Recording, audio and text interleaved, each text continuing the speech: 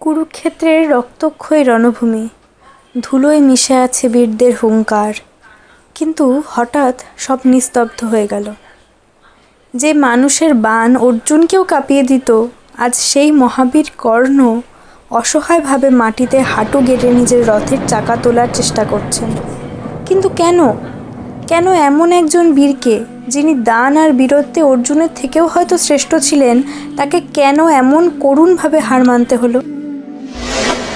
একটু ভেবে দেখুন তো, আমাদের জীবনেও কি এমনটা ঘটে না? আপনিও কি দিন রাত কঠোর পরিশ্রম করছেন, অনেক কিছু ত্যাগ করছেন, তবুও কাজে সফল হতে পারছেন না? বারবার বাধা এসে আপনার রথের চাকাটিকেও কি থামিয়ে দিচ্ছে? তাহলে আজ একটু গভীরভাবে বিচার করে দেখুন, আপনার চেষ্টার মধ্যে কি কোনো ত্রুটি আছে, নাকি আপনার সঙ্গ আর আপনার পথের মধ্যে কোনো বড় ভুল লুকিয়ে আছে, যেই ভুলটি মহাবীর কর্ণ করেছিলেন? চলুন আজ তবে কর্ণের সেই করুণ পরিণতির পেছনের রহস্য আর আমাদের জীবনের সেই বড় ভুলটির পর্দা সরাই। অর্জুন আর কর্ণ দুজনেই ছিলেন পরিশ্রমের শিখর। অর্জুন ছিলেন রাজপ্রাসাদের চোখের মণি, অন্যদিকে কর্ণ ছিলেন ত্যাগের এক জীবন্ত উদাহরণ। কুন্তির গর্ভে জন্ম নিয়েও তিনি মাতৃত্ব পাননি, ক্ষত্রিয় হয়েও পাননি বীরের সম্মান। সমাজ তাকে সুতপুত্র বলে বারবার অপমান করেছে, কিন্তু কর্ণ দমে যাননি।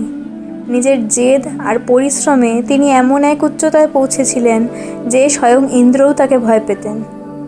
পরিশ্রমের দাঁড়িপাল্লায় কর্ণ হয়তো অর্জুনের চেয়েও ভারী ছিলেন, কিন্তু জীবনের অঙ্কে তিনি একটা মস্ত বড় ভুল করে বসেছিলেন। রহস্যটা লুকিয়ে আছে তাদের সঙ্গী নির্বাচনের মধ্যে। অর্জুন জানতেন, তার রথের সারথি যদি স্বয়ং ভগবান শ্রীকৃষ্ণ হন, তবে পদ ভুল হওয়ার কোনো আশঙ্কাই নেই। অর্জুন ধর্মের পথে ছিলেন, ন্যায়ের সাথে ছিলেন।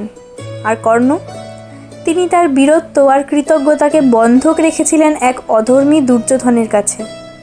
দুর্যোধন তাকে সম্মান দিয়েছিলেন ঠিকই, কিন্তু সেই বন্ধুত্বের ঋণ শোধ করতে গিয়ে কর্ণ নিজের বিচার বুদ্ধি হারিয়ে ফেললেন।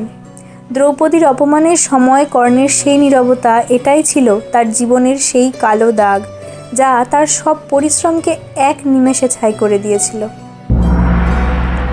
অনেকেই বলেন কর্ণ অর্জুনের চেয়েও শ্রেষ্ঠ ছিলেন, কিন্তু মনে রাখবেন, অধর্মের ছায়ায় দাঁড়িয়ে থাকা শ্রেষ্ঠত্ব আসলে এক বিশাল বোঝা। যুদ্ধের সেই চরম মুহূর্তে কর্ণের সব বিদ্যা তাকে ধোঁকা দিল, কারণ তিনি তার শক্তি খরচ করেছিলেন ভুল মানুষকে রক্ষা করার জন্য। অর্জুন জয়ী হলেন কারণ তিনি শ্রীকৃষ্ণের চরণে নিজেকে সমর্পণ করেছিলেন, আর কর্ণ পরাজিত হলেন কারণ তিনি ভুল মানুষের হাত ধরেছিলেন। অর্জুন হলেন সেই উদাহরণ যা আমাদের শেখায় যে সঠিক সঙ্গ আপনাকে অমর করে, আর কর্ণের জীবন আমাদের শেখায় ভুল সঙ্গ আপনার সব পরিশ্রমকে ব্যর্থ করে দেয়। তাই আপনিও হয়তো জীবনে কর্ণের মতন কঠোর পরিশ্রম করছেন, কিন্তু একবার ভাবুন তো, আপনার জীবনের সারথিকে। আপনি কি ন্যায়ের পথে অর্জুন হতে পেরেছেন, নাকি কৃতজ্ঞতার দোহাই দিয়ে অন্যায়ের সাথ দিচ্ছেন? মনে রাখবেন, পরিশ্রম করুন ঠিকই, কিন্তু লক্ষ্য আর সঙ্গী যেন ধর্মের পথে হয়, কারণ দিন শেষে ধর্মই জয়ের পথ দেখায়। পরিশ্রম হোক সঠিক পথে। সঞ্জীবনীর সাথে থাকুন, সুপথে থাকুন। জয় শ্রীকৃষ্ণ।